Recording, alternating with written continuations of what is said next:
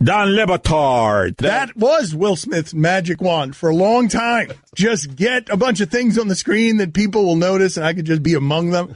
Hell, that's my trick, too. I surround myself with funny-looking and funny-acting people so that people won't notice that I'm kind of dry by comparison. Like all of you weirdos. Like, that's what I do. I'm surrounded by orcs. I'm sitting here blaming Will Smith, and all I'm doing is seeing him right in the mirror. Stugotz. I'm jealous now of Will Smith because he did it so much better. I'm just sitting here with you and my dad. I'm your orc. My dad and a troll. That's pretty good. That was good. I mean, I finger pointed him.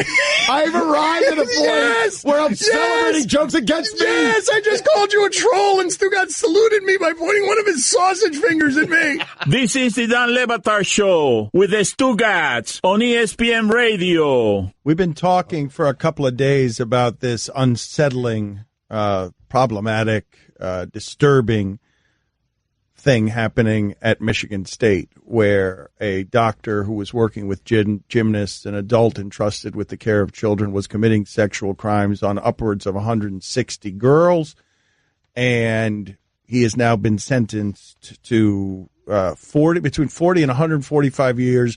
And the judge, in her own words, says that she has sentenced this man, Larry Nassar, to his death. It is my honor and privilege to sentence you because, sir, you do not deserve to walk outside of a prison ever again. You have done nothing to control those urges, and anywhere you walk, destruction will occur to those most vulnerable. I just signed your death warrant.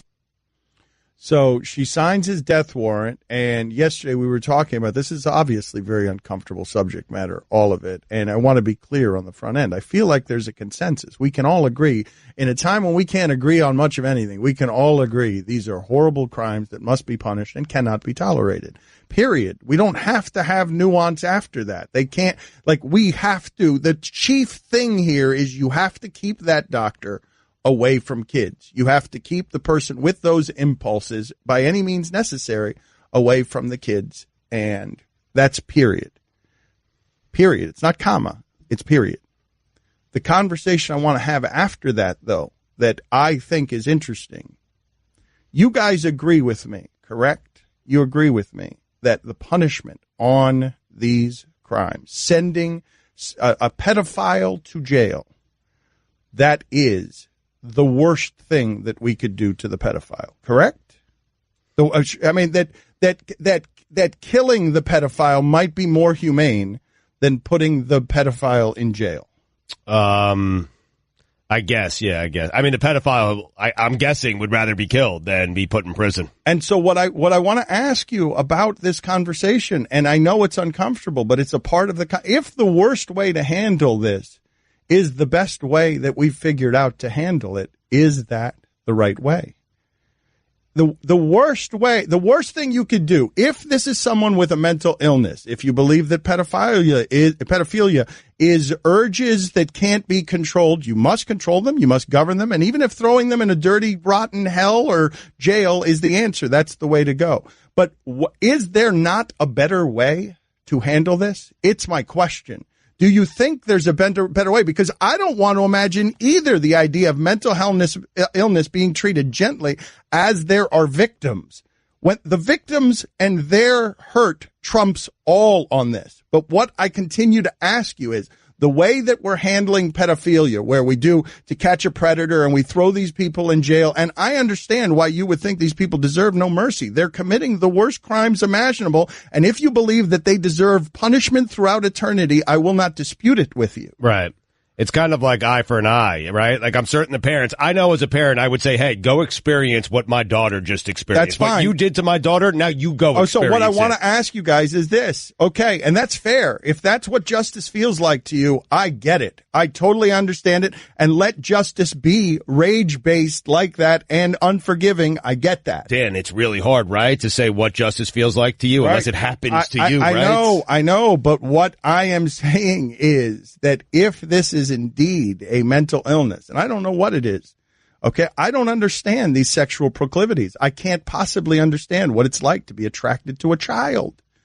But if you're attracted to a child and you somehow cannot control those urges, even though all the laws in our country are going to make it so punitive that your life and your freedom will be a hell for the rest of your living days. And that's somehow not enough of a deterrent. That seems to be working some, but child porn and pedophilia, it seems to be a booming business. So we're not actually solving this by throwing it in a dirty quarter in jail. We're just putting it somewhere where we can't see it. And so that's the questions I'm asking you guys. Well, you are solving it to a degree because that's one less you have to worry about. I understand, but the nature of whatever this is. But Mike, is it preventing anyone else from doing it? Is it working? Like, I understand that this is how we're handling it. But with Larry Nassar, like a serial offender like that, what, you want to send him to a mental health facility?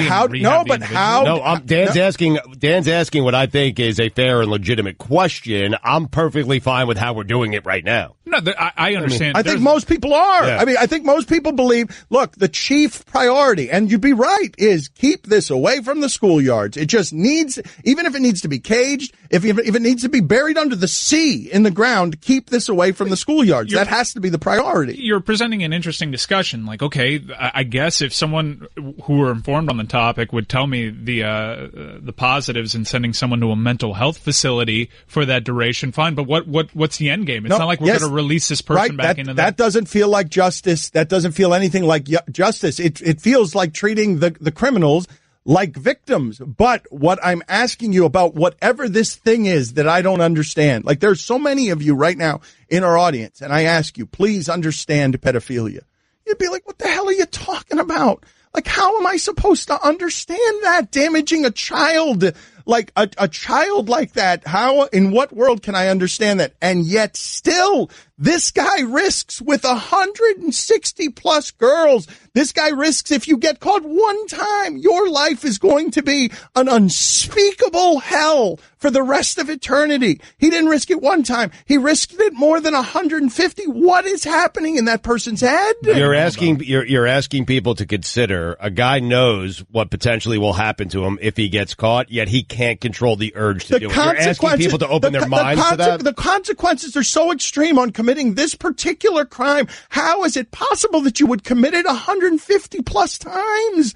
Like, how, when you know that if they throw you in prison, you are going to be ravaged for the rest of the time? Who understands that? There's an important discussion to be had here. I just think people can't get over separating the discussion that you want to have from this specific monster. I know, but what I'm saying is, as it feels like justice, yes, this monster needs to be locked away. What I am telling you is, if you told me right now that Nassar was sentenced to death immediately and we would watch it, I would say, yeah, I get it. Mm-hmm. What he's done is so horrible that there will be, I guess, some release or relief in seeing him suffer too. But you're just wondering, is there a better way than just simply throwing him into general population? Is it the best way?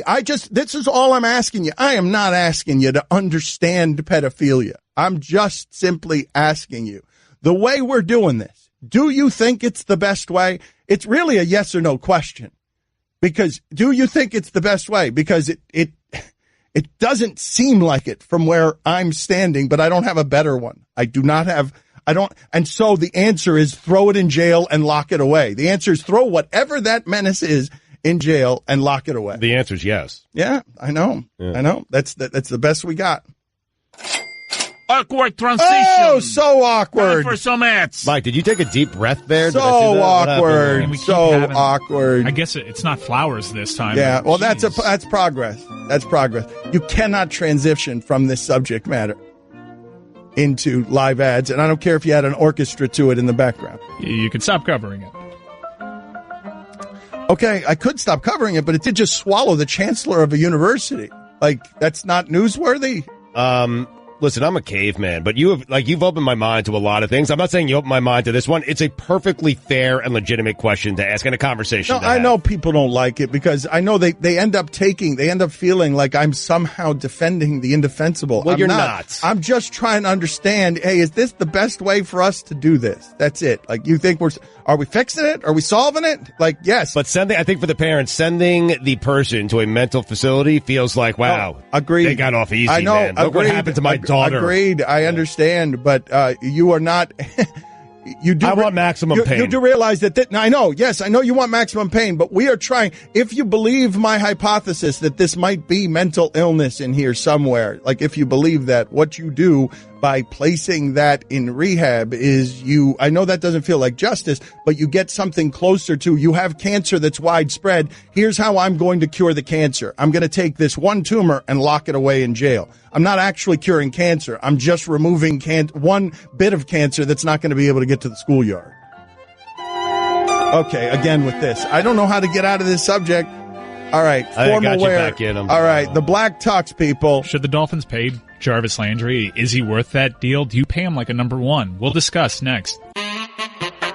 Hi, this is Papi. Do you know that my TV show Highly Questionable is not only on ESPN2 every day at 4:30 Eastern, it is also available as a podcast. You can listen or subscribe to the Highly Questionable podcast on ESPN app, Apple Podcasts, or wherever you listen to podcasts.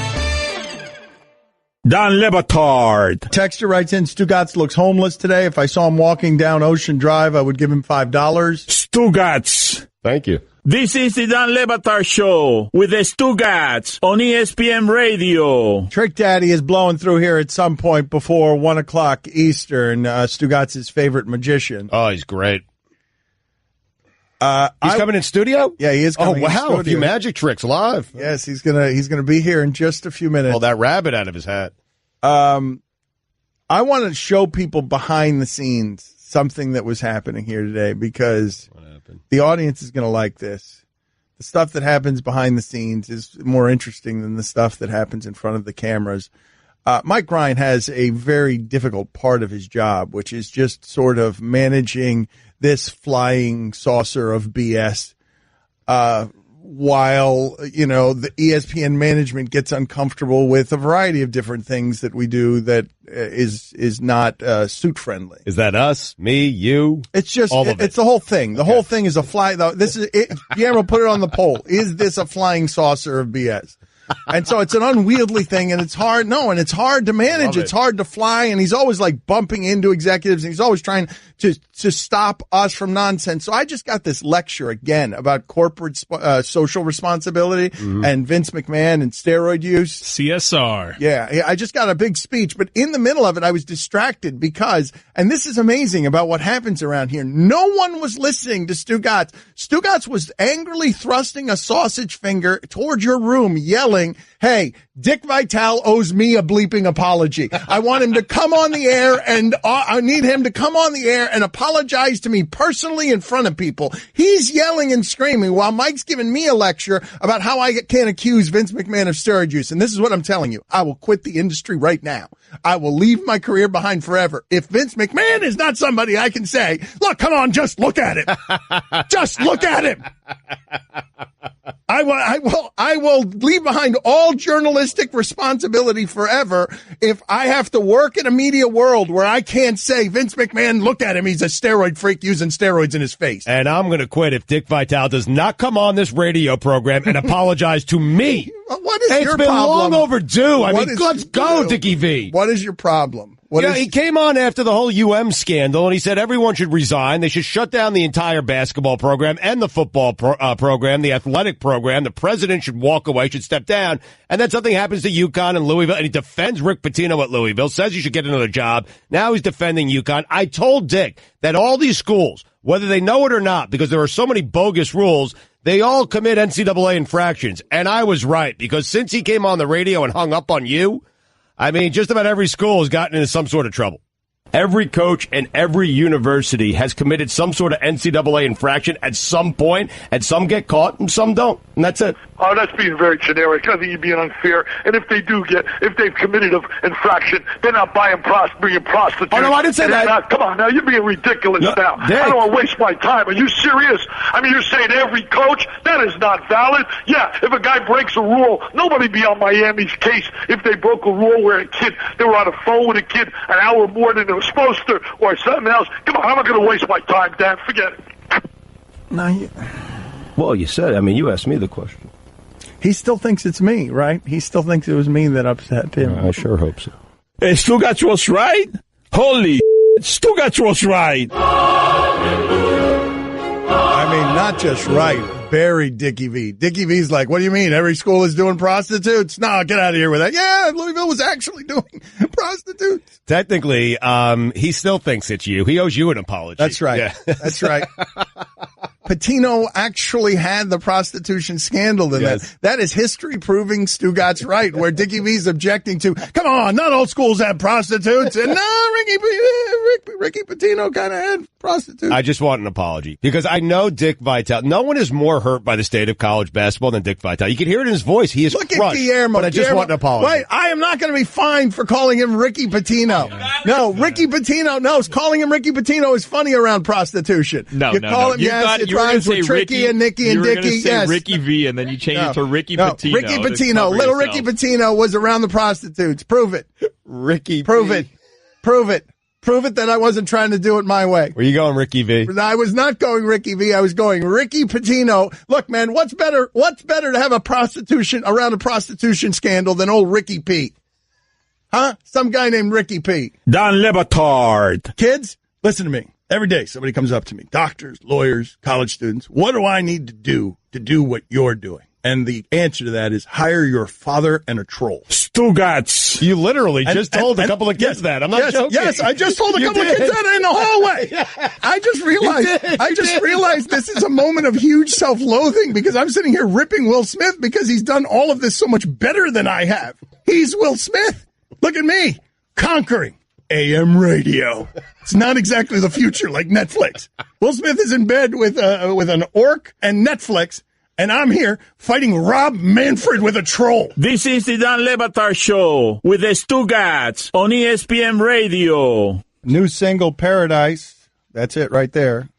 Out right now if you want more Trick Daddy in your life. He is very Miami. We're very excited to have him around here. And I guess I will start the questioning here because I believe Trick Daddy is responsible for the single greatest story ever told on this show. For those of you who do not know that story, we don't have to tell the whole thing again, but Trick, why don't you tell the people about your wedding, if you don't mind, if you don't. Man, unfortunately, and you know we doing right now, we're in the first season of Love and Hip Hop Miami, right? So they was trying to get footage of that. So I'm going to try to give it to them for season 2. Of the wedding, of the famous wedding story. Okay, really. Well, tell the people who don't know. I mean, the people in Miami know the story. Well, the wedding went fine. Of course, you know, I was handsome. I had 12 best men, a beautiful bride, and then came the reception.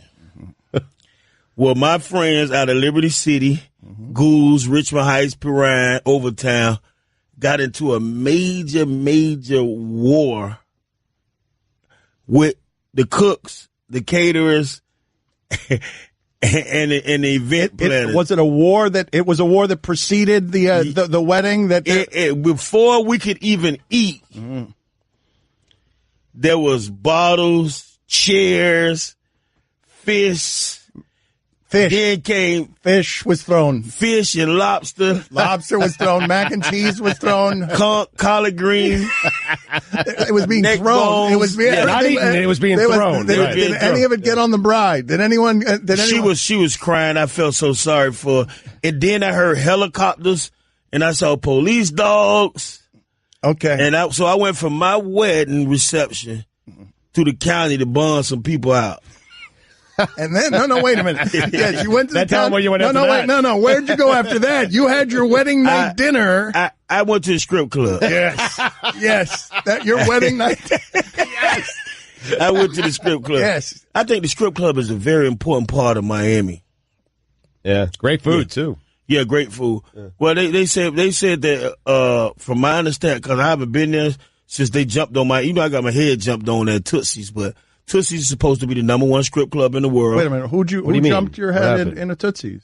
Oh man, it was a situation. I don't know the story. Nah, it was a situation with some big muscle brown UFC Russian dudes caught me upstairs and we got an altercation. And when I turned my back, he put me in a poker bean dream. Wait a minute. So wait a minute. He put you in a move? He put me in a move. Hold on. A Russian UFC guy? It's not the heavyweight champion. Is it from Cleveland? I need to see a picture of him. Okay, let's show Trick some pictures to see if he can figure out who it is that choked him out in the strip club. It's not Stipe, well, because he's American. That's right. Obviously. He's Cleveland. I made him a Russian from Cleveland. That's what I did. When I called the police, they was like, either you get up and leave or we taking you to jail.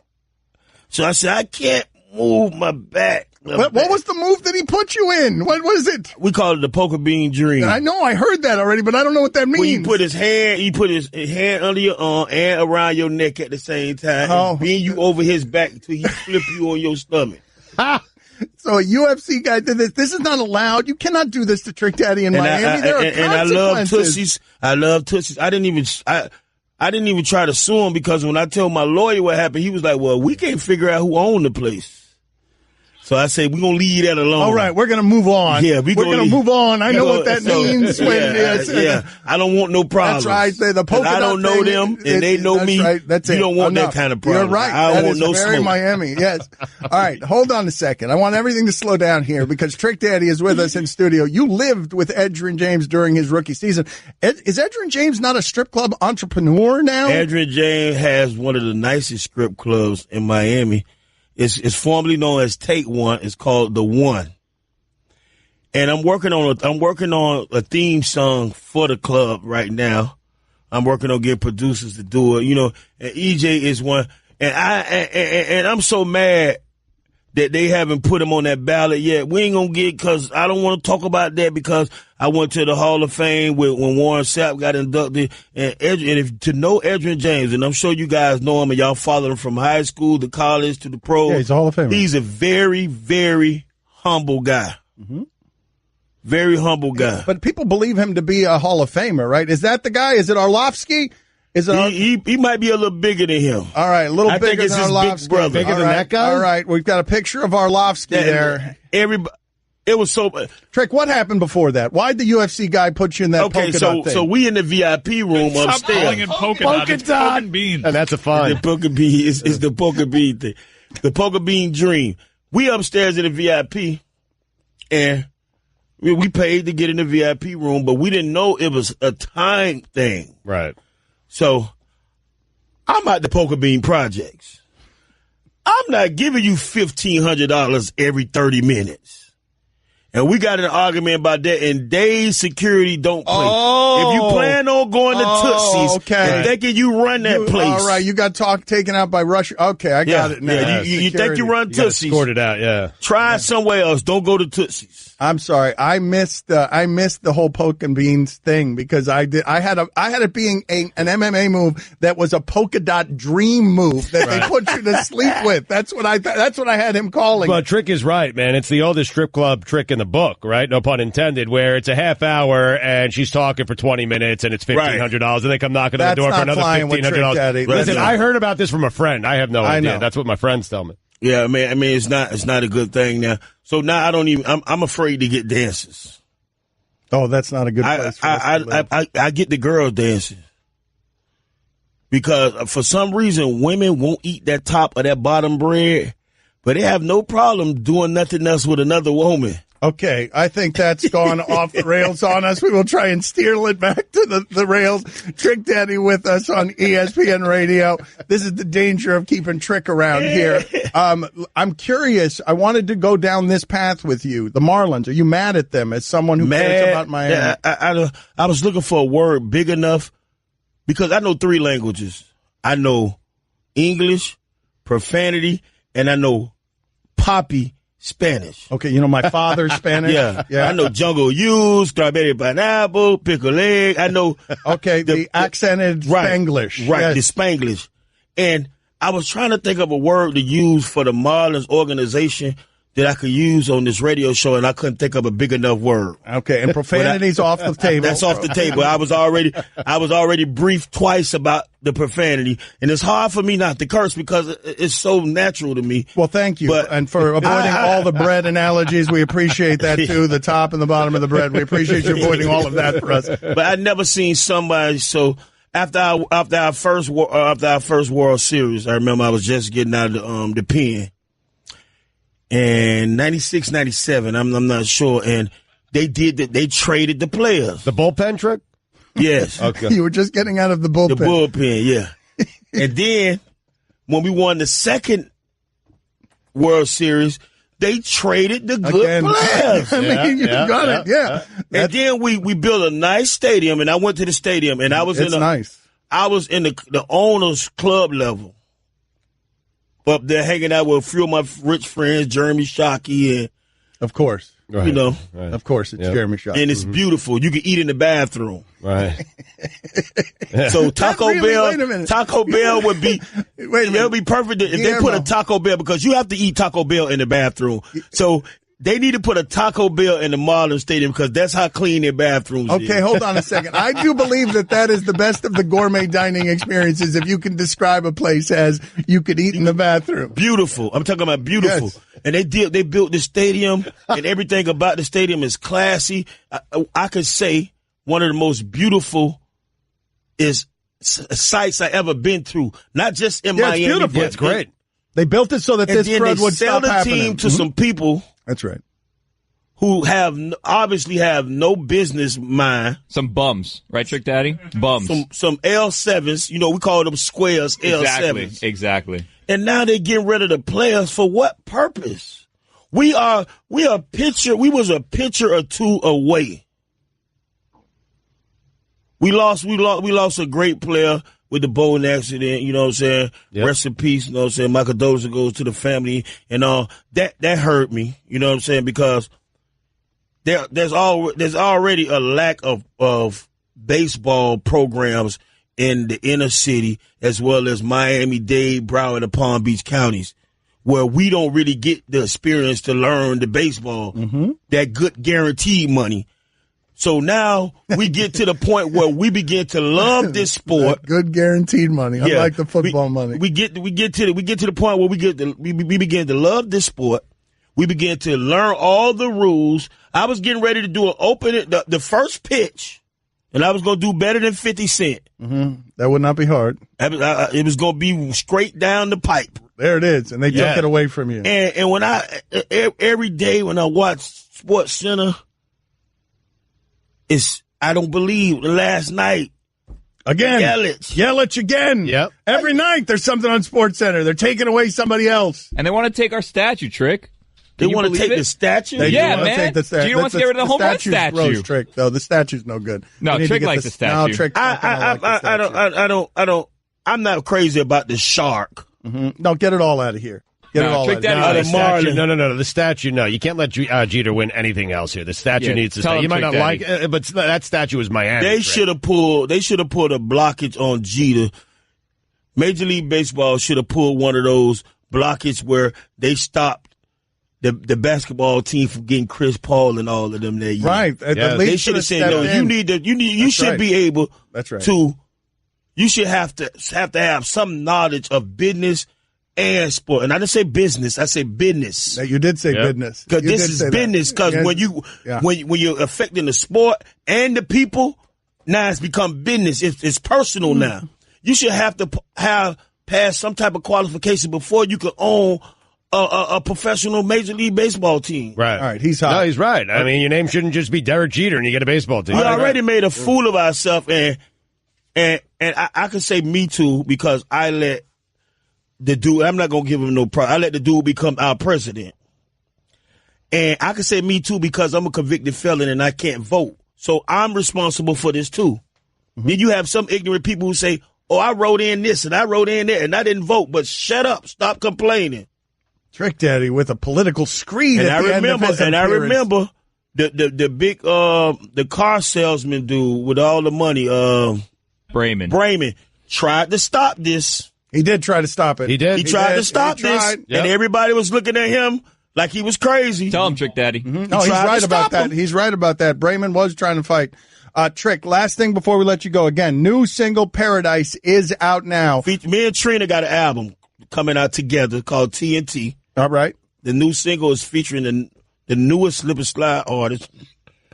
Excuse me. You all right there? That's okay. You okay? Mike Smith, the next hot sensation. It's fine. And go watch Love and Hip Hop every Monday at 9:00. Love and Hip Hop Miami. and I'm a big fan of the show, man. We're going to meet Poppy now. We're going to go out there. And we love Poppy. We're going to bring Poppy to the hood. We got a break here, though. The most that Trick Daddy has ever wagered on a inner city football game involving kids is... 30,000. Oh! Dan Le Batard. Oh, Shlomo. Stugats. Come on, Shlomo. This is the Dan Le Batard Show with the Stugats on ESPN Radio. We're a little disoriented here after everything that just happened. I don't understand what happened with the bread. We don't understand why you have to have Taco Bell in the bathroom. He insisted you have to eat Taco Bell in the bathroom. Yeah, there are a lot of questions that we have. I don't know what the chief question would be, but things move around here so fast, and Stugats' attention is so small. I just can't stay focused. No, this is what happens. This is what happens around here is we're spinning around from everything that just happened with Trick Daddy, and Stugats can't stop absorbing sports information. So he's saying in one breath, Dan, I'm telling you, Gettleman's our guy. He's our next guy, the GM of the Giants. He likes saying things like, this Giants head coaching job is one for adults. He's our guy. He's our next McAdoo. This Gettleman gas bag is our next guy. But as he's saying this, he's also, listen to this, he's saying this to me, and this promo is running. Wait till I tell you what Stugats' reaction was to this promo. So he's hitting me. He's bombarding me with Gettleman this, Gettleman that. Gettleman's our guy. We got to get Gettleman. Gettleman's the new clown character. Gettleman. And this is playing underneath him. It's Golic and Wingo. Let's take a look at minor league hockey or AAA, AA baseball, all the developmental leagues around the world in basketball. What's the one difference? Those players are getting paid to be part of that farm system. Yeah, but there's also another big difference is minor league teams are associated with the major league team. The NCAA isn't associated with the NFL. They're two separate entities. They're not officially associated. They could not be more associated. But they're not associated, Trey. They're not. Well, I'm not disputing the fact that the NCAA and the NFL are two separate entities. But the NCAA factory is basically what the NFL counts on for them to develop their players. I get that. That's I don't want to say an unintended consequence, but that's part of it because the colleges don't look at it that way. The colleges are trying to win a national championship. How many times have we talked about, Urban Meyer should have been coaching Tim Tebow and getting him ready for the NFL? And no, he shouldn't. Golic and Wingo, weekday mornings at 6 Eastern on ESPN Radio. I want you to imagine me experiencing this. Stugats yelling everywhere, Gettleman this, Gettleman's our guy, we got to get Gettleman. Gettleman's the guy. That is done, and Stugats just looks at me and says, that wasn't a sports argument those two had. That's them tiring of each other. Stugats, can hear, he absorbs things from elsewhere, and he's like, that was not, I know, I recognize marital arguments, sports arguments, I recognize all of them. Golic and Wingo are on the rocks. Yeah, they are. Tired of each other. Hey, listen, it happens. You see a guy in a hallway for a bunch of years, and you give him a high five, and you say, how are the kids? And he says, great. How are your kids? You say, great. And then you go your separate ways. 4 hours a day, every day, at that time in the morning, I am concerned for my two friends. Guillermo put it on the poll. Are Golic and Wingo on the rocks? Or tiring of each other? Which one's better? Also, again, why would we eat Taco Bell in a bathroom? Yep. I think I can maybe sort of connect the dots, but it's not a necessary thing, right? Miami's a different place, huh? Yeah, it is. Just all of it. Yep. That segment ended with the rap guy saying, yeah, I bet $30,000 on a Little League football game. Yep. Miami takes some getting used to, man. As someone who didn't grow up here, moving down here, it takes some getting used to. Must have been Sunnyland. Think about that for a second. Betting, because you've seen these on some of these Love and Hip Hop shows. Miami's underground community of kids playing football is what needs to be the next XFL. If we put on television what happens at those games, Miami, where Trick Daddy, you heard that wedding story. Think about your wedding ending that way. With collard greens and mac and cheese being thrown, fish being thrown, chairs and bottles being thrown. With you at a strip club. That's right. Later on, after you bond out your friends, you go and have dinner at the strip club. Miami, baby.